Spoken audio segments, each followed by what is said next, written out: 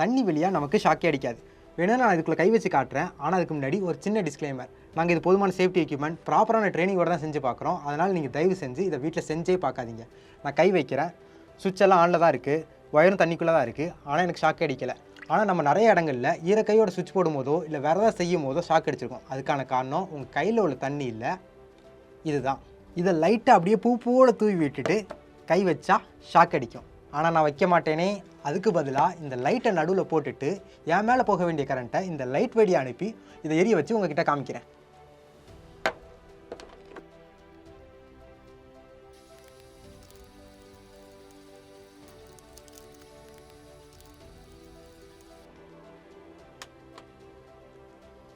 இப்போ நம்ம சொன்ன மாதிரி பல்பெல்லாம் கனெக்ட் பண்ணியாச்சு, சுவிட்ச் எல்லாமே ஆனில் தான் இருக்குது. இப்போ நான் கை வச்சா கூட எனக்கு ஷாக் அடிக்கலை.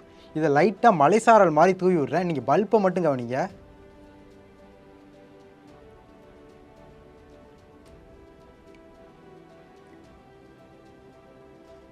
எரிஞ்சிருச்சு.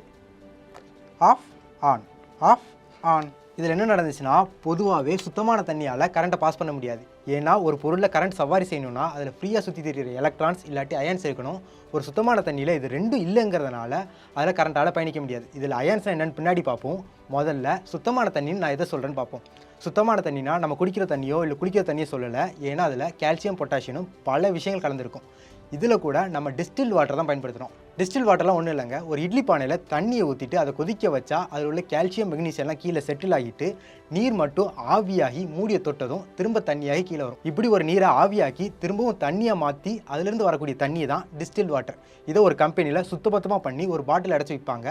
அதை தான் ஜென்ரேட்டரில் தான் ஊற்றுவாங்க. அது ஏன்னு ஒரு பானையில் பைப் தண்ணி ஊற்றி வச்சு கொதிக்க வச்சு பார்த்தாலே தெரியும். அதில் உள்ள மற்ற எலிமெண்ட்ஸ்லாம் சைடில் கோடு மாதிரி ஃபார்ம் ஆகிருக்கும்.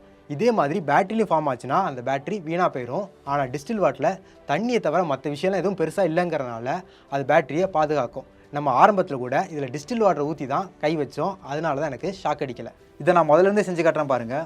முதல்ல சேஃப்டி தான் முக்கியங்கிறதுனால எனக்கு ஷாக் அடிச்சிடக்கூடாதுங்கிறதுக்காக இந்த ஆர்சிசிபியை கனெக்ட் பண்ணிக்கலாம். ஆர்சிசிபியிலேருந்து வரக்கூடிய ஃபேஸ் லைன் எடுத்து ஓவர்லோடு வந்தால் தடுக்கிறதுக்காக ஒரு எம்சிபியை கனெக்ட் பண்ணிக்கலாம். எம்சிபியிலேருந்து வரக்கூடிய அவுட்புட் ஒயர் எடுத்து இந்த டப்போவோட ஒரு எண்டில் வச்சுக்கலாம். அடுத்து இந்த பக்கம் பல்ப் கனெக்ட் பண்ணுறதுக்காக பல்ப்லேருந்து வரக்கூடிய 2 ஒயரில் ஒரு ஒயரை இந்த டப்பாலையும் இன்னொரு ஒயரை திருப்பியும் ஆர்சிசிபிலே கனெக்ட் பண்ணிக்கலாம்.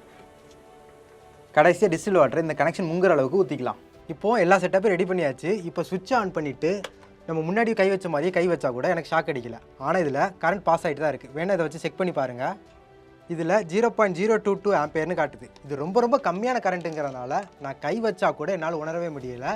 ஆனால் டிஸ்டில் வாட்டரில் அயன்ஸ்லாம் இல்லை, அப்போ கரண்ட்லாம் பாஸ் ஆகக்கூடாதுல்ல. இதில் ஏன் கரண்ட் பாஸ் ஆச்சுன்னா இது 100% சுத்தமான தண்ணி கிடையாது. இதுலேயும் சில அயன்ஸ் முன்ன பின்ன ப்ரெசென்ட் ஆகி தான் இருக்கும். அந்த அயன்ஸ் தான் இந்த கம்மியான கரண்ட்டை இது வழியாக பாஸ் பண்ண வச்சிருக்கு. இதில் அயன்ஸுக்கும் கரண்ட்டுக்கும் என்ன சம்மந்தம்னு கேட்டிங்கன்னா, பொதுவாக ஒரு பொருளில் கரண்ட் போகிறதுக்கு சார்ஜ் பார்ட்டிகல்ஸ் வேணும். காப்பர் மாதிரியான மின்கடத்தியில் ஃப்ரீயாக சுற்றி தெரியுற எலக்ட்ரான், அதாவது நெகட்டிவ்லி சார்ஜ் பார்ட்டிகல்ஸ் இருக்கும். அது மூலமாக கரண்ட் சவாரி செஞ்சு ஒரு இடத்துலேருந்து இன்னொரு இடத்துக்கு ஈஸியாக போயிடும். ஆனால் டிஸ்டில் வாட்டரில் அந்த மாதிரி பெருசாக ஒன்றும் இல்லைங்கிறதுனால கரண்ட் சவாரி செஞ்சு போகிறதுக்கு கொஞ்சம் கஷ்டப்படுது. இது என்ன பண்ணுன்னு கேட்டிங்கன்னா, கரண்ட் சவாரி செஞ்சு போகிறதுக்கு நிறைய அயன்ஸ் உருவாக்கும். இதில் அயன்ஸ்னால் என்னென்னு கேட்டிங்கன்னா, ஒரு அணுலையோ இல்லை 2 அணு சேர்ந்த ஒரு மூலக்கூறுலையோ புரோட்டான்ஸை விட எலக்ட்ரான் கம்மியாகவோ கூடவோ இருந்தால் அதுதான் அயான்.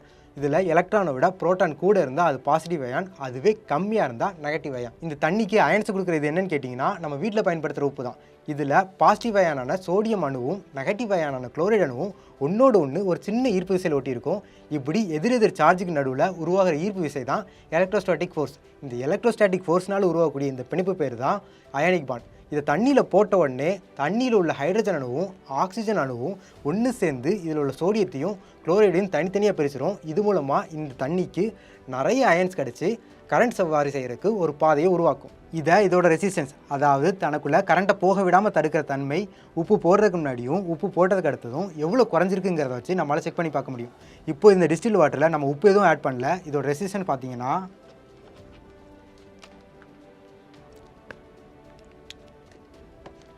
ரெசிஸ்டன்ஸ் பார்த்தீங்கன்னா ஆவரேஜாக 4.10 மெகாவோம்லேருந்து 4.17 மெகாவோம் வரைக்கும் இருக்குது. இப்போது இதில் உப்பை தூவிட்டு இதோட ரெசிஸ்டன்ஸ் வேல்யூவை செக் பண்ணி பார்ப்போம்.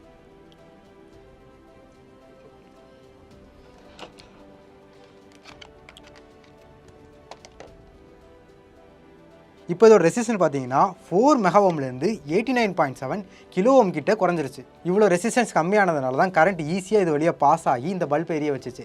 உங்கள் வீட்டில் உள்ள தண்ணியிலையும் பொதுவாகவே அயன்ஸ்லாம் இருக்கும். இந்த அயன்ஸ் வழியாக முதல்ல கரண்ட் பாஸ் ஆகும்போது இன்னும் நிறைய அயன்ஸை உருவாக்கி அதுக்கு ஒரு ஈஸியான பாதையை உருவாக்குறதுனால தான் வீட்டில் உள்ள தண்ணியில் ஒயர் படும்போது உங்களுக்கு ஷாக் அடிக்குது. அதனால் ஈரக்கையோட சுவிட்ச் போடும்போது உங்களுக்கு ஷாக் அடிச்சக்கான காரணம் உங்கள் கையில் இருந்த தண்ணி இல்லை, அதில் இருந்த அயான்ஸ் தான். இந்த கரண்ட்டோட அளவு கம்மியாக இருந்தனால நம்மளால் ஈஸியாக கையெடுத்துட முடியும். சில நேரங்களில் கரண்ட்டோட அளவு அதிகமாக இருக்கும்போது அவங்கள மூச்சு பேச்சு இல்லாமல் ஆக்கிரும்.